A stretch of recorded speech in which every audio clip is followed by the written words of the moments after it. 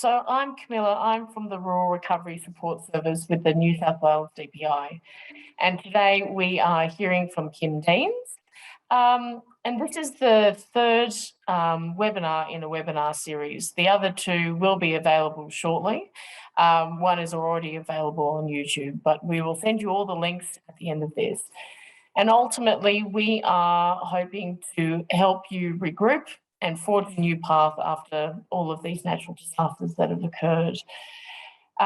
So firstly, I would like to pay my respects to First Nations people. I am on the Wiradjuri lands, and I would like to pay my respects to elders past, present and emerging for their continuing culture, strength and resilience. And so Kim is a coach and educator and works with innovative land managers to create resilient and regenerative and profitable farming systems, and has experience in natural disasters on her own property and with helping others. So Kim, on that note, I might hand over to you. Feel free to put any questions in the chat, and we will cover them off at the end. Thank you. Thanks, Camilla. And thank you to the DPI for the opportunity to present this series of webinars. We're on number 3 of 3 today. So it's been really enjoyable sharing some of my experiences and I guess I don't like to say knowledge, but experiences with you. I really also want to acknowledge those of you who've made the time today to join live. And also if you're watching the recording, acknowledge you for prioritising the time to catch up and watch these webinars. If you can use the chat box as I go along, that would be great. Use it if you've got a question that comes to mind that you don't want to forget, park it in the chat and I'll come back to it at the end. I won't be able to see the chat when I'm sharing my screen, but I will check in at the end of the session. And also, if there's anything specific you'd really like to learn today that you've come with a specific question, feel free to pop that in the chat at any time and I'll, like I said, review that at the end. I really want to acknowledge, though we're talking natural disaster recovery and it's sort of focused around floods, but what I'm sharing applies to any natural disaster. And I really want to acknowledge that many people are still in that initial phase of disaster recovery. They're still in the urgent, crazy busy chaos phase of repairs. So for many people who've been impacted recently, it can be too soon to work through some of these processes. But they're here, they're being recorded, they're there for when you need them and ready. It's just vital that you work through the process of recovery at your own pace. Don't let anyone push you through it too fast. And for those of us supporting you, it's remembering to let you work through this at your own pace as well. It's really important. And I guess just being mindful, it can be common when you've been impacted by a natural disaster to become emotionally triggered unexpectedly. And this can happen for years afterwards. It's quite normal. Did you know, actually, it's interesting, I was delving into this topic a fair bit over the last few years, and I discovered that it's actually really normal to need to cry after you've been through a really stressful event. It's the way the body releases the stress chemicals and the stress hormones that have been, as you're running on fight and flight and in stress mode. So it's actually completely normal to feel a bit emotional. And I also read and really experienced how helpful it is to share your story. It's actually really therapeutic for you to share the story. And I think it helps you to process everything that you've been going through. So take the opportunity when you find a listening ear to share. And a lot of people are interested. I actually got together in my little community on the weekend with a group of people, and the fire recovery stories were still being shared 3 years on. It's a real sign of how we need to talk it through and hear other people's experiences. So, it's really important, I guess, to reach out to the support services that are available, even when you think you're coping okay. Accepting help makes a huge difference in staying okay and how you personally weather that storm. So we've got the New South Wales DPI disaster recovery team here today. If you need any referrals or anything like that, please let them know. They'll be sure to put you in the right direction. From there, I might share my screen and run you through today's little session on regrouping. There we go, you should be able to see that. As I said, webinar 3 of a series of 3. If you haven't watched webinar 1 and webinar 2 yet, I really encourage you to go back and watch those recordings. It leads in pretty much to what we're covering today. The first webinar, we looked at planning for success and the really simple, basic strategic planning tools that can help you really get your head right and on track without spending masses of time on planning. But really, I think they're my essentials. So your vision, honing into your values, setting some goals, and writing a really simple action plan was the focus of webinar 1. Webinar 2 was all about risks and opportunities and looking at, doing a risk assessment using the farm fitness checklist that the DPI have developed, which can help unearth a few things for you to pay attention to in your business that you might have just not seen before. But we also looked at a simple strategic planning tool, the SWOT analysis, where you can use that to kind of help regroup as well and set some priorities and I guess take advantage of any opportunities that are emerging in this space as well. And also we talked a bit about our attitude towards risks as well, which is another interesting topic. So you can go back and watch that one as well. And here we are today, webinar 3, Circle of Influence. This is actually my favorite topic. And I'm going to share with you today a number of issues around the circle of influence. So for me, the circle of influence is the things we can control in our business. I spent a number of years working as a rural financial counsellor in my local community in Inverell. And over that time, it was such a valuable learning experience and a real privilege to work in that role. I found working, under the hood of a lot of businesses with what was going on. And I discovered that the most resilient, most viable businesses, the people that could cope best with what got thrown at them, managed in 3 key areas really, really well. And I'm going to share those 3 key areas with you today, delve into them quickly. We're really just scratching the surface, but that will, help set the scene, I guess, for where you go from here as you set your actions and you start to plan to recover and regroup from disaster. Focusing on the things that you can control makes a difference. And these 3 key areas were all within our control as land managers. So I'm going to share about those. And then we're also just going to touch on some time management tips for, the actioning stages of disaster recovery and regrouping and how we stay on track. If we're going to do a simple plan, it's really important that we monitor and review so that we can stay on track. And it's not to give you more jobs for your list. It's actually to give you some simple tools that work, and I know they work, and then you can use those to help work smarter, not harder. We're going to talk about those things. And one of the things I also want to add before I begin is last week, one of my colleagues shared the most awesome video where she was talking about resilience and how the concept, we often say resilience is bouncing back. Well, she was saying, what about bouncing forwards? And I loved it. And this concept was first coined by Doug Avery. He calls himself the resilient farmer. He's based in New Zealand. And bouncing forward sounds so much, we're moving ahead. Sometimes we don't want to go back, but we can go ahead. So start to think about bouncing forward today. And some of these things I'll be sharing with you are the keys to bouncing forward. The first thing I will discuss with you is the circle of influence and the circle of concern. It's a concept that comes from Stephen Covey's book, The 7 Habits of Highly Effective People. If you only ever read one self-help book, this is the one for you. It's just so good. I use so many of the things out of that book in my work with farmers. He talks about the places we can focus our time and energy. Many of us spend a lot of time worrying about things outside of our control. And in agriculture, there is so much there that we are so accustomed to dealing with, whether commodity prices, interest rates, all the rest of those things. But they're outside of our control. They're in our circle of concern. When we spend a lot of time in this circle of concern, what happens is actually that our circle of influence shrinks and it gets smaller because what we focus on grows. So it's really interesting to note, are we, as you're focusing on concerns and worries about the future, we all go there at times to the things we're concerned about. However, what we want to do is move ourselves to focusing on the things we can control. Most successful businesses work here in their circle of influence. These are the things that we can do something about, and we can focus our time, energy, and money here.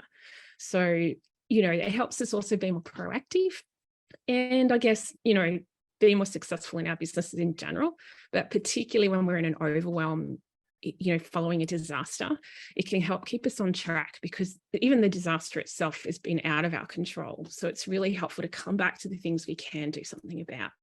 And, even just coming to this webinar today or watching the recording, you're working on your circle of influence yourself. You can control yourself and work on your own, investing in your own development, I guess. So one of the things, our business is called Reinventing Agriculture, and it pretty much sort of, because I'm pretty passionate and fairly holistic about these areas, it hinges on these three areas that I see as the foundations of resilience as well. It's about the human capital and our mindset. It's about how we work with our natural capital. In particular, for me, I do a lot of work around soil health. And a lot of that soil health work's actually mindset related, which is interesting. They all interrelate. But it's also about profitability and financial capital. And these are the foundations, and they're all within our control as land managers, which is pretty exciting. And these are the three key areas that I saw landholders who were most resilient, most able to deal with what came at them, and also more viable, all managed in these three key areas well. It only took neglect from one area for the whole house of cards to come tumbling down. So it's really interesting. They're all interrelated and they're all equally important.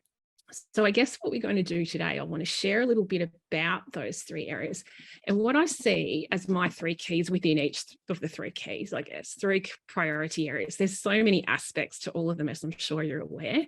But if I can inspire you with those when you're planning to recover from a natural disaster and you're working through this process, these are the areas that are really vital that I see from many decades of working in agriculture. So when we talk about human capital, it's how we look at things, whether we have a growth mindset or a fixed mindset. Our relationships are also really important in our businesses, and particularly in agriculture, we're often working with our families. So relationships, and managing that becomes vital. And again, our own health and well-being, and how, particularly in disaster recovery, how we manage the stress that comes with that. So we're going to touch on some of those things as I take you on the journey through today. We're also going to touch on really quickly some of the keys to natural capital. So if you're looking at building and recovering and bouncing forward, you really need to, take a really good close look at how you manage your natural capital. This is the ecosystem services in your business. For me, the key things to start to pay attention to are ground cover and having living diverse ground cover, looking at your soil organic matter, and looking at rainfall use efficiency. Now, at the moment, that seems crazy to even contemplate. However, for the long term, it's really important in our resilience. We know what it's like. We go from flooding rains to droughts. And, if we're going to, we've got so much of that we can actually impact by our management as to how we use the rain we have as best as possible. And that's a long-term planning thing. Financially, it's also being aware of the three keys to your financial your financial resilience, understanding your net worth, your cash flow, and what profit is. So I'm going to touch on these really briefly. Obviously, it's only a 1-hour webinar, but hopefully you'll get some keys and I guess take some notes on the areas within this where you think you could improve upon and do better, because that's the whole point. Really reflect on where you're managing well and where you need to pay a bit more attention. So firstly, farm financial indicators. When we're coming out of a natural disaster process, the financial aspects are huge, aren't they? The first thing is really honing in on whether you have enough cash to meet your financial commitments in a timely manner and doing a cash flow budget. And I'm going to spend a few minutes on this tool because it's really vital. I can't impress on you enough how important it is to do some budgets whether you're going through disaster recovery or not, but most particularly when things are tough. Also start to understand your net worth and your equity and get a really good feel for that, because that's really the level of risk you're carrying financially in your business. And all of these aspects are things you can work with your rural financial counsellors on. If these are things you're not sure about, it's a really good sign to pick up the phone and make an appointment to have a yarn to them and get a really good understanding of your financial position. And the third thing I think that's really important when you're looking at your financial aspect of resilience is understanding what profitability is. In agriculture, we often measure our success by production. However, profit is what makes the business work. And it's really essential that we start to talk profitability, not just maximizing production, because they're not always one and the same thing. So, having a look at those things and working with advisors and rural financial counsellors on that will help you build the keys to resilience in your business and will help you bounce forward. So yeah, have a think about those. Anything you need help with, make a note and follow it up at the end of the session. But I really want to reinforce when we talk about financials, I've just picked a few little things to deep dive into today because they're huge topics. We could talk for a week on all of these. But I guess the main one, that I can't reinforce enough is to do a budget. Like, it's just so important. I noticed working with a number of businesses following disaster recovery over a number of years, that first year following the disaster is critical for managing your cash flow. It used to take about 12 months before the bank pressure would start following disasters for the people that were really struggling. So, the sooner you can get a handle on a budget, the better. And if you need help, there's help there to help you do that. You don't have to go it alone. So talk to your financial counselors and get a budget sorted. It can sound a bit boring. We can resist it a little bit, but it is the simplest, powerfulest tool if you use it. So, it helps you make more informed decisions. You can run scenarios through a budget once you have one to sort of help make informed decisions about your options. Helps you deal with the unexpected, but it's also really crucial in taking advantage of opportunities, because when you know where you're sitting and you know what's happening, you're really in a good position to know what opportunities make sense for your business and what are too risky or not going to fit you. It's vital for communicating with bankers and creditors, and it's really helpful also for working with your accountants and getting taxation advice. There's so many reasons to do a budget. I've seen budgets save businesses, and so I'm pretty passionate about them. But they don't do it if we just stick it on the shelf. We've actually got to use it. And where the rubber hits the road is we can create a budget and we compare our actuals versus our projections over time. The more we do that, the more accurate our projections get and the more useful these budgets get. So yeah, if that's something you're avoiding, we commonly do avoid it, particularly when we're in overwhelm and we're dealing with stress. So there's help there to, help you with this. And that's something that's really useful to reach out to access help for this sooner rather than later. So I can't reinforce that enough. I think if you're managing your financials beyond a disaster, there's a few keys. Putting yourself in control is really important. That's what the budget can help you do. Keeping those financial records up to date is really helpful. I know that there's 50 million things that you need to be doing when you're in the thick of disaster recovery, but a little bit of time spent regularly keeping the financials under control will reward you with compound interest later, because you're going to make better decisions. And as I said, review budgets regularly, monthly if you're really running a tight ship, and quarterly at a minimum. Okay, it's really important that you review them, that you don't just park them and not look at them again. Knowing your numbers really helps you make informed decisions, as I said. And again, it's about communicating with your banker. If you're finding yourself, you've had a huge hit to your business when you go through a natural disaster and you're having to reassess and regroup. So you really need to know the numbers and be able to communicate that within the business and with your creditors as well. It also helps you get a better advice from your accountant when you know where you're going. So, think about those key areas and reach out for help if you need them. This is one of my favorite topics, those natural capital. I think they're all favorites when I say that. I love financials, love natural capital as well. I see natural capital is the ecosystem services in our business. It's it's the way we, use all of the things that are provided for free: sunlight, energy, rainfall, our soil health. All of these things are so vital in having resilient, viable, profitable business and bouncing forward. So I guess for me, there's so many aspects of this as well. We could talk for weeks on it, but my three keys are these. The first one's the living diverse ground cover. Basically, everything we do in agriculture is solar powered, isn't it? It's driving a whole system. So we've got to have green photosynthesizing plants to take advantage of that, and we can't be maximizing profitability if we're not capturing all of our free resources, including sunlight and rainfall, which I'll get to in a minute. I also think it's essential we pay attention to soil organic matter. It's the basis of every aspect of soil health, basis of resilience. And I could talk about this for weeks, but if you don't know what soil organic matter levels you're tracking on, find out and start to monitor them, because that's going to tell you if your system is going forwards or backwards as far as the health of the ecosystem you're managing. And that stuff is what helps us reduce costs, helps people when we get years like this with incredibly high fertilizer prices. People with healthier soils can cope with that better. So it's a really vital one to keep an eye on as you're bouncing forward, is how's my soil tracking? And particularly thinking about rainfall use efficiency. I debated whether I left this in when we're dealing with so much flooding, but I still think it's important that we capture and make use of the rain that falls.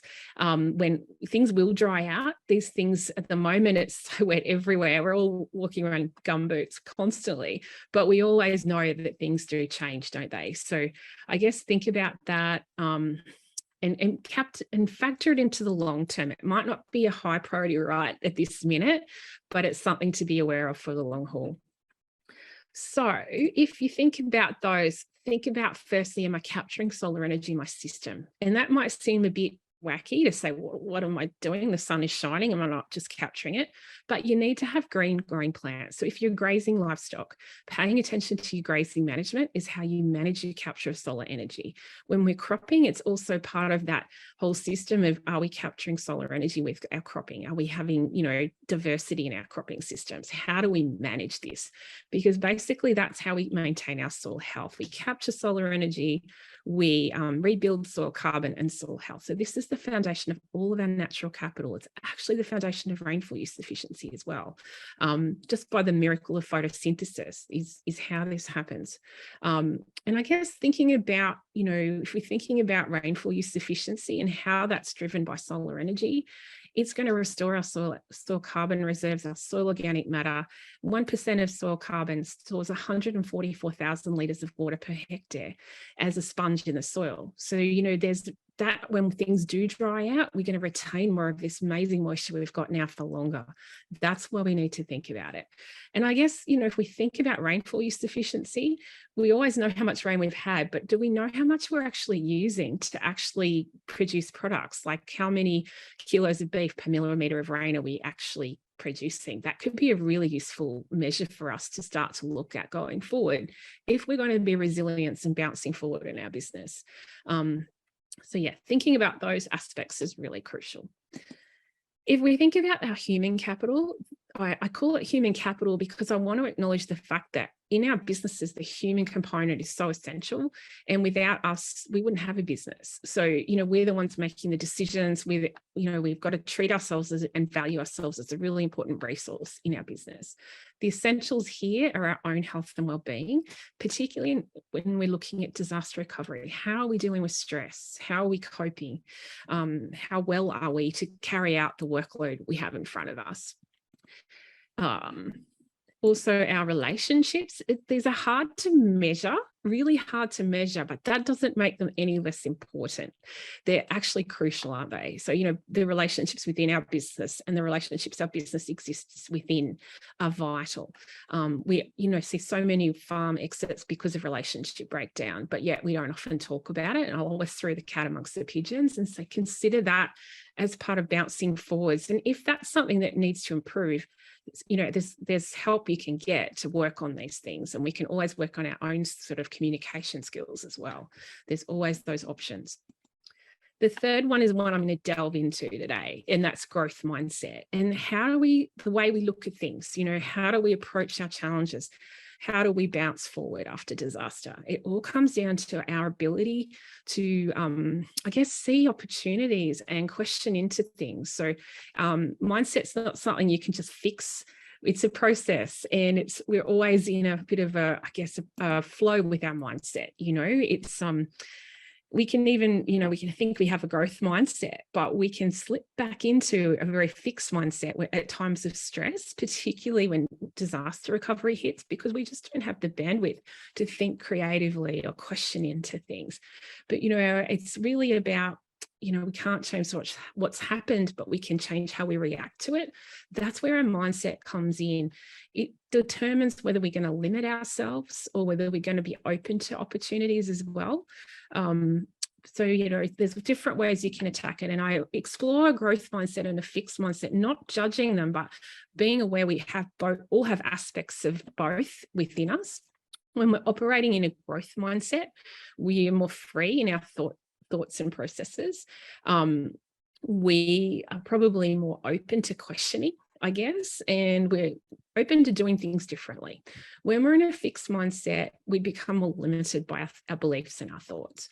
And we don't seem to think that effort will make a difference. You know, in these examples, in the image I've got there, you know, when we're in that fixed mindset, we avoid the challenges, we give up, we're feeling, you know, like we don't like feedback. And we just think, oh, what's the point? We'll say things like, I'm too old to learn, or it's just the way it is. And we don't look for opportunities in that space so much.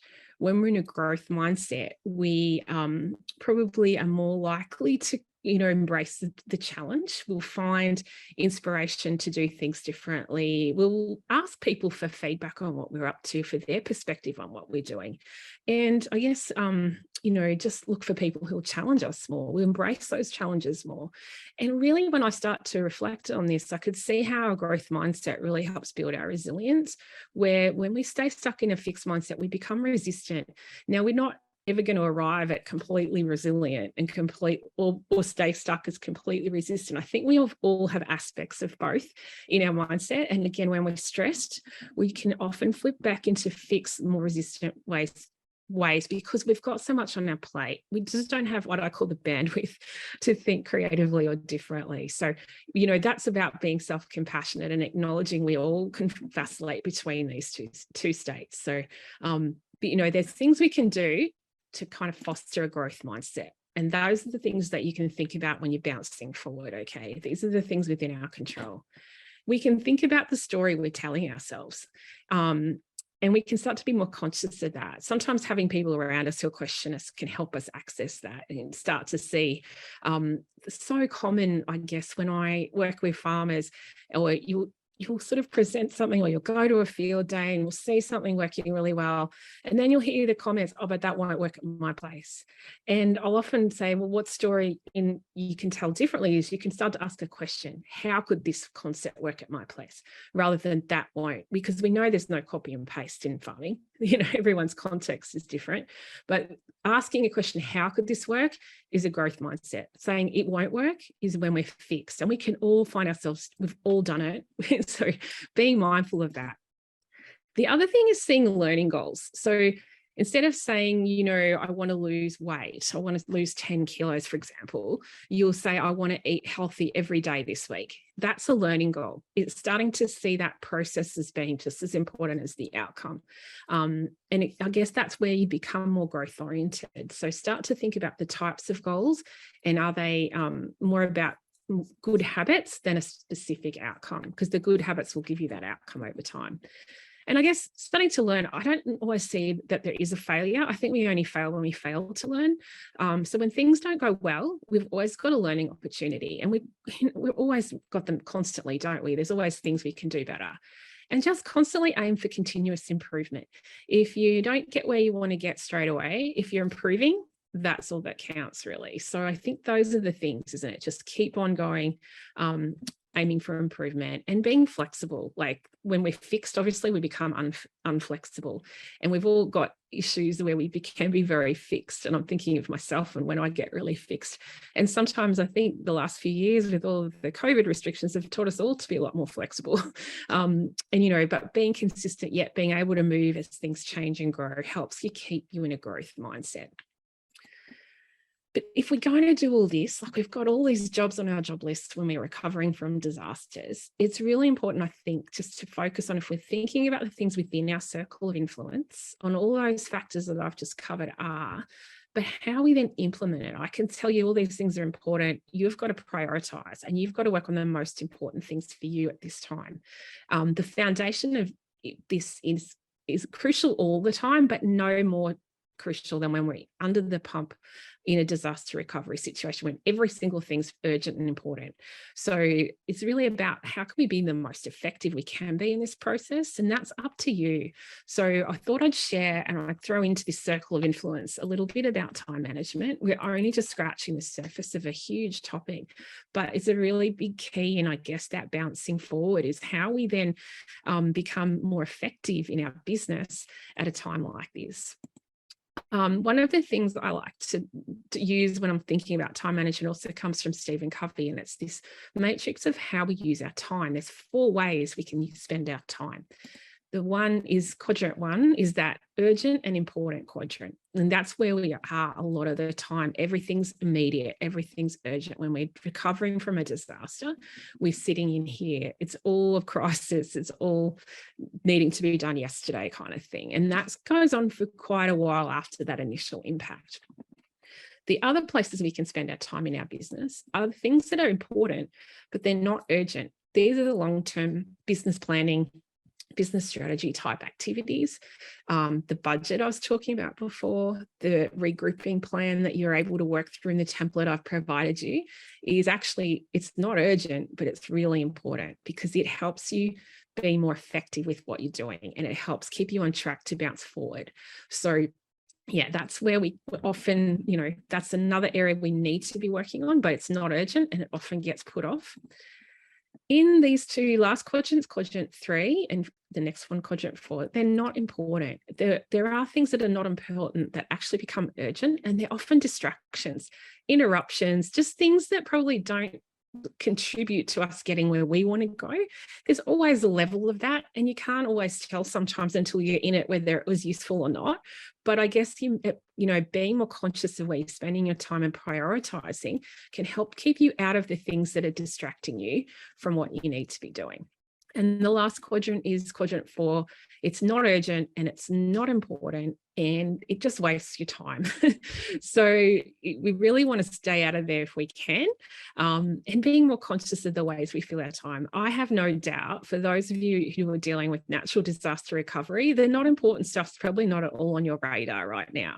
But when you come out of this and you get down the track, keep an eye on this, because you want to stay working in the important areas, and we want to prioritize time in that quadrant 2, the stuff that's not urgent but really important. And as things go and as you get more of the repairs done, you'll be able to find a bit more time to prioritize to the little bit of planning and strategizing as you go forward. What's also really interesting are the results we get when we spend a lot of time in one of these quadrants. So if we're spending all our time in quadrant 1, which we're often doing after a disaster, the risks that we get stressed, burnt out, and we constantly, putting out fires. It's constant crisis management, and if that's all we're doing every day, the results aren't good. We've got to really be mindful to manage our stress and our burnout levels. If we spend a good amount of time in quadrant 2, we get more clearer vision. We're more balanced in our perspective because we've actually gotten out of the rush in quadrant 1, and we've taken some steps to prioritize and plan and breathe and think about our direction. That's what this whole regrouping series is about, getting us in quadrant 2 on the not urgent but really important things to help us move forward. We have less crises because we're not having to put out bushfires. We've been planning better so that we are more under control. It doesn't mean unexpected things don't happen, but when they do, we've got more ability to kind of keep in perspective and make good decisions. If we find ourselves in quadrant 3 a lot, we're short-term focus, we're running around like a chook with our head cut off, really. The chameleon reputation there is like you say yes, but you never get it done because you're constantly in chaos mode. When we're in that space, we don't see any point planning because we don't review it. We don't look at it again. And it becomes a waste of time if we're not going to actually use the plans we do. We're also just out of control, and our relationships suffer because we're distracted all the time. When we spend a lot of time in quadrant 4, we're often just not even in the game, and that's often not really, I've got here, you get fired from your job because you're just not showing up, you're just not working on the right things. We always want to stay out of there at all costs. But you can see our biggest risk in natural disaster recovery and regrouping is managing ourselves when we're in that urgent, important phase, and managing our stress and burnout. And spending a bit of time in quadrant 2, just finding a little bit of time will pay you huge rewards to do a bit more planning and sorting out the processes that you need to do in your business. So yeah, that's the key. And I guess it's thinking about what systems can you use. there's so many time management systems, and I've been guilty of researching a lot of them. I once, in a very busy phase of my life, came home with a book called Getting Things Done. And my husband just looked at me like I was mad, going, "You want to get more done? Aren't you doing enough?" And it didn't really help me, because getting more done wasn't the solution. It was actually doing the right things and prioritizing. And I've experienced that whole treadmill of busy through many guises, and also the one we get on when we're repairing our property when it's been smashed by a disaster. But the thing is to keep it really simple and use what makes sense to you. No one's going to have the perfect system for you, but you can look at other people's systems and other tricks and tips and create a simple thing that can help keep you on track. Because the best time management system is one you actually use. You can buy a fancy planner, but if you don't look at it, it's not going to do anything. I've tried that. Unless I use it, it doesn't work. So for me, it's just keep it simple.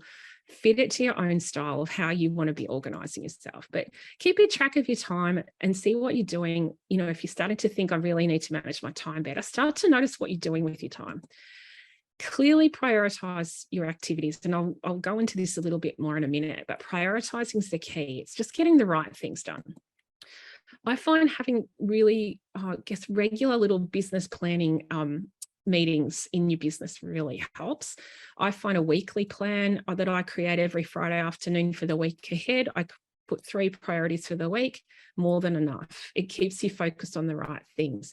And there's room to move if you're planning the week versus planning the day. Planning the day, you just tend to chock yourself full of work and you don't think straight. But if you plan a week and things don't go to plan, you've got plenty of time to regroup, because it's not about fully scheduling every minute of every day. It's just having a rough plan of your priorities for the week and when they'll happen, and communicating that with the other people in your business. It's really helpful when you're bouncing forward, so you're all on the same page. But also really important not to just stay weekly and do weekly plans, because if you do, you're just staying stuck in quadrant 1 a lot of the time, where it's all the urgent, important stuff for the week. If you're planning on a more lengthy period, like a quarter, then you're starting to plan more in quadrant 2, and the quadrant 2 stuff can become factored into the overall business rather than neglected by focusing on urgent, important every week. So think about a system of just, it only needs to be half an hour a week with a little list of an agenda and a time limit. So you stay on track and you work through the most important things for your business. So you're all on the right page and you're not all, you're actually communicating about what's most important. Working with nature instead of trying to push against is also part of managing our time and with our own energy. So doing those things where we need to concentrate at a time of day where we've got the capacity to concentrate. If that's early morning, working on that stuff in the morning that you need to concentrate, doing maybe the physical labor when you've, outside and you need to get moving in the afternoon. That's one example, but we've all got different times of day we work better. Keep it simple. You've got enough on your plate. This is not about giving you more jobs or making it harder. It's about helping you work smarter. And eliminate those distractions. Create a few boundaries for yourself, like even knock off time. Enough is a decision, not an amount. If you've got a knock off time at the end of the day, just know you've done enough for the day. Things like that can really help you in your business. And I guess keeping time efficiently, like setting aside a week to work on one project rather than, when you're stopping and starting different projects and you kind of need all the gear, then it's not there. So when you're looking at restoring and regrouping, I guess project managing those jobs that you've got, if you're rebuilding fences or different big jobs are there, trying to get them done efficiently in one hit can sometimes be the most efficient way to go about something, is your time and energy is focused. So how can that help you rather than running around like a chook with our head cut off? Can we get focused and do things more in blocks, I suppose? And remembering to take some time out for self-care. I think I mentioned on one of the webinars how 6 months into our fire recovery journey, we went on a month's trip to the States that we planned before the fire and we stuck to it. Best thing we could have ever done. If we hadn't have planned it, we never would have gone anywhere. But it actually, if we slow down and we stop, we can make better decisions within the recovery process, and getting a bit of perspective can be really helpful, even if it's just for a weekend. Take some time out and have a bit of a break and come back renewed and refreshed. But it's all about prioritizing. You've got 50 million things on the job list when you're coming out of disasters. So it's really important to start to think about the you're not going to get it all done straight away. And I can tell you 3 years in, it's still not all done, but we focus on the most important things and think about the things that are going to leverage other aspects of the plan to fall into place. If you're struggling with that, I guess it's really to get some perspective on it and step back a bit, because there's always things you can do first. I think getting really clear on your priorities and communicating those through good time management and communication practices and planning processes really helps. Have top 3 to 5 at any one time. If you've got more than that, more priorities than that, you've got no priorities. So kind of keep it simple. We know there's probably 100 things that need to happen, but each time you stop, even if it's just for the week, have a top 3 to 5 on the list that you're going to focus on that week. You will be better focused and you'll get better results than you will when you're scattering your energy around. And I guess try and remember not to neglect quadrant 2, working on your business. If you're watching these webinars, congratulations, you're working on quadrant 2, just participating. And then implementing what you're learning is quadrant 2. It's not about spending all your time there, because we know we wouldn't be in our businesses if we spent all our time there, but we need to make a regular habit of spending some time there every single week if we can. Even if that's just, a bit of time each month reviewing our budget. Each week having a meeting and getting clear on our top priorities, that's quadrant 2. And I guess focusing on getting the right things done, because even without disasters, the minute we are, stewarding any size land area, we never get it all done. I haven't yet met anyone who's got it all done. But if we get the right things done, that's all we can do. And just, that's the best we can do, particularly in disaster recovery. What's the right thing? That's where you going through this process will hopefully help you work on that. And it's going to lead you to those right things. The biggest mistakes we make is not writing things down. Not having goals, which we talked about on webinar 1, not having clear priorities, because then we're just blowing like a leaf in the wind and we could end up anywhere. So having priorities is a real key. Allowing ourselves to get distracted. I think sometimes we get distracted when we actually need to take a break. And so maybe when you're noticing yourself getting distracted, think about, do I actually need to have a break and do something meaningful for myself rather than going down a rabbit hole of a distraction? We can procrastinate. That's often we're in that bit of resistant headspace, and it's human. But if we're doing that, we start to question what it is you're not wanting to do and getting help to bust through that. We also think we're going to get so much done. And it's interesting because this also comes on us from outside in disaster recovery. I noticed people 6 months after the fire were saying to me, "Oh, so you're all fixed?" And I looked at them with I didn't know what to say. I'm like, really? You're thinking we'd be all fixed now? We think that probably in the beginning, it's not so much either. So being really patient and knowing that this is a journey that can take years. We want to get it all done straight away, but realistically, it's a journey. It can take years to recover from a disaster. So just breaking it down into little steps is key. The multitasking is also sometimes not going to help us with time management. Getting really focused is where the rubber hits the road. And I think that's where, when we're looking at our priorities and time blocking, we can really set little chunks of time aside to get a job done, and allow a window, because often things take longer than we think. Also, the commonest things are not scheduling ourselves and pushing ourselves so hard that we don't take a break. When we do that, we're at risk of not functioning well at all, and just not effectively scheduling. I think the biggest challenge is that things always seem to take longer than we think. And so if you leave a bit of wriggle room in your schedule, then you've got a bit of room to move when that happens. But as I said, it's a really long journey. It's not a quick thing. And we have to be really mindful of our stress levels, because we are, by the nature of what's happened, spending a lot of time in the urgent, important tasks where stress and burnout are a real risk. So I just like to touch on a few of the ways when we're in a stress phase, our decision-making becomes impaired. We can get really preoccupied when we stress with something, and we get really fixed on it. It's that fixed mindset. It's really interesting. We can't concentrate. As I said, I found my brain didn't work for 3 weeks after the fire impact. I couldn't focus on anything for any length of time. And both Angus and myself were forgetting everything. It was insane. And we were looking at ourselves like, are we going mad? Like, what did we come out here to do? Like, it was bizarre, but that's how stress impacts us. And we've been through stressful events. So we have to be kind of self-compassionate with ourselves and recognize that this is also normal. But if you're trying to make big decisions, this is why you don't rush through this process and you take your time so that you can come out of, I guess, making the big decisions when you've got the mental capacity to do so. It deteriorates our judgment, and we don't always think logically when we're impacted by stress. We're also often negative and critical, and we can't always see the big picture when we're down a tunnel of stress, or we get a bit preoccupied. It's hard to be creative as well, we need to be creative to access the opportunities that can come up in this space, because we've had a big disturbance in our business. And if we want to be creative and use that for fuel to bounce forward, we need to have the bandwidth mentally. So managing our stress is really important. We also don't always see the long-term implications of our decisions. We're trying to find quick answers and we're in a rush. So it can often come back and bite us later if we make too many big decisions when we're in this space. We all know we don't communicate well when we're stressed. It creates its own dramas with relationships and all of that stuff. So managing our stress is really critical. I think these are the keys, to managing our people side of things. And these will also help manage your stress in a way. But if you're finding yourself, if any of those things I just shared on stress are ringing a bell, it's a good sign to find someone and accept a bit of help and a yarn and talk it through, because that can be so much of a weightlifter. Once you start to talk it through, you can often find your way out of that.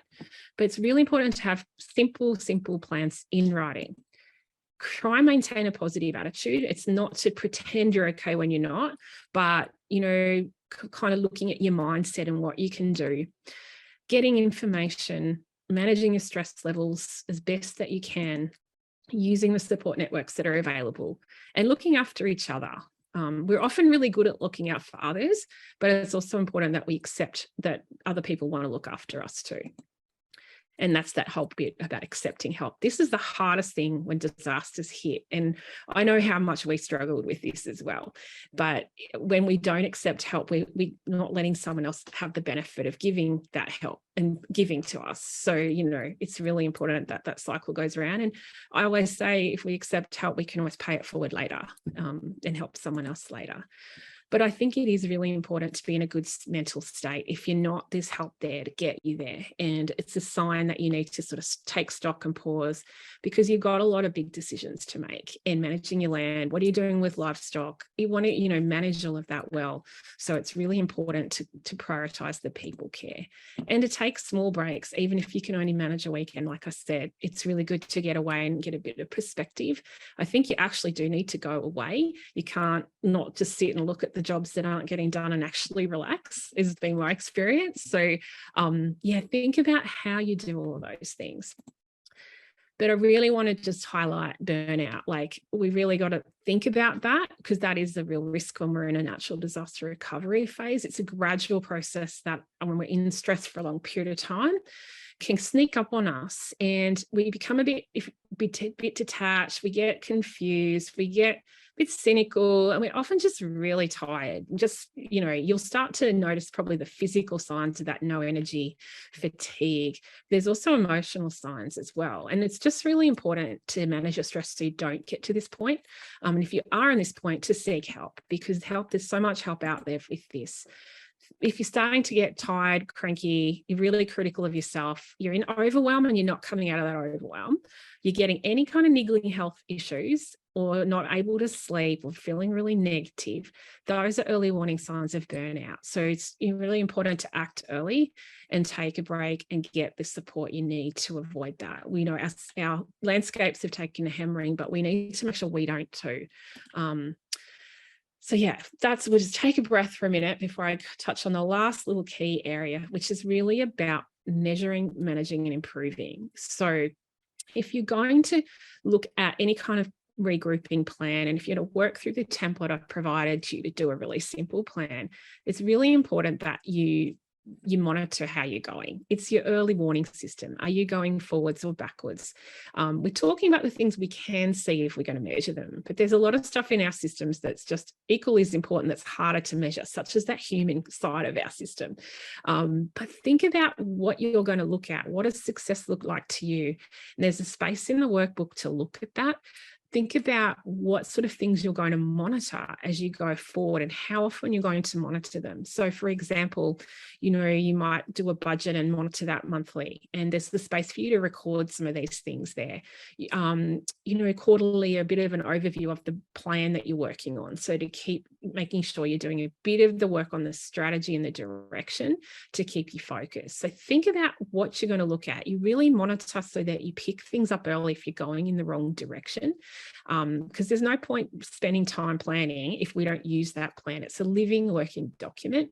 And that is how we use it, is we pick it back up and we look at it and we reflect and we learn and we keep going. And if you keep it really simple, you're more likely to use it.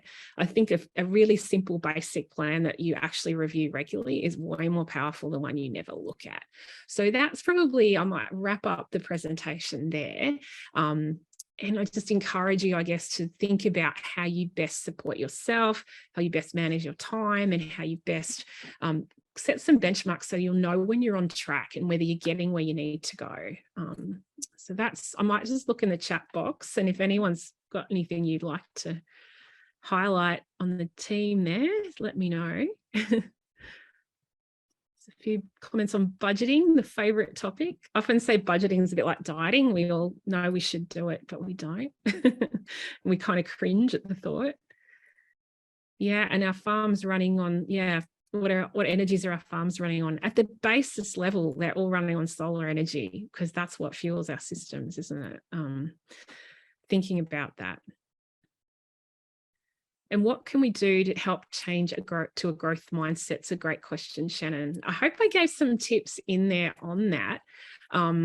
It's often common that we all have aspects of growth and fixed mindsets at different times, but when we're trying to work within that, we can only really affect ourselves and our own growth mindset. But I hope I answered that question for you. Oh, yeah, you've got that there. Kim, actually, Henry's got his hand up. Henry, do you want to speak and ask a question? Thanks, Camilla. Yeah, Kim, that question prompts me to think about that mindset change. My observations are often that in that farming business, there are, to put it diplomatically, different mindsets, maybe exacerbated by intergenerational sort of differences and experience. What tips there have you got to sort of go forward when you do have that situation? You've got an older generation that are a bit more set in their ways. They've made all the mistakes and don't want you to make them yourself, the younger generation. What's any tips there for going forward with that sort of potential impasse? Yeah, and it's so common in every business, regardless of family or not, that we've all got our own mindset at play. I think it's really just to work on ourselves and accept that if our only, like in our circle of influence, is our own mindset. We can't affect anyone else's. But if we can be curious and question into things with them rather than tell them they're wrong or that we're right, curiously questioning gets us a lot further than judging things as right, wrong, good, bad, So whenever you're up against a different mindset, for me, it's always curiously question into it, and be open to consider that you could be wrong as well. So I think we have to be open to the fact, because sometimes we think, we know it all, and there's always these other perspectives, and all perspectives are valid. So I think that coming back to the questions rather than the judgments, and we all go into that. We all have things, and often we'll think we're in a growth mindset, but we're actually being really fixed too. So curiously question, because there could be somebody really wise in their beliefs, because they've been around the sun a few more times than us. So thinking, if we curiously question, we can unearth the wisdom in that.